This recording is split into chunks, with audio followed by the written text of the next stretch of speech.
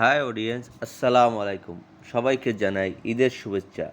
অনেক দিনের আশা ছিল ঈদের ছুটিতে বাড়িতে যেয়ে সবাইকে নিয়ে আমাদের পিরিজপুরের বিখ্যাত বলেশ্বর নদীতে নৌকা ভ্রমণ করা।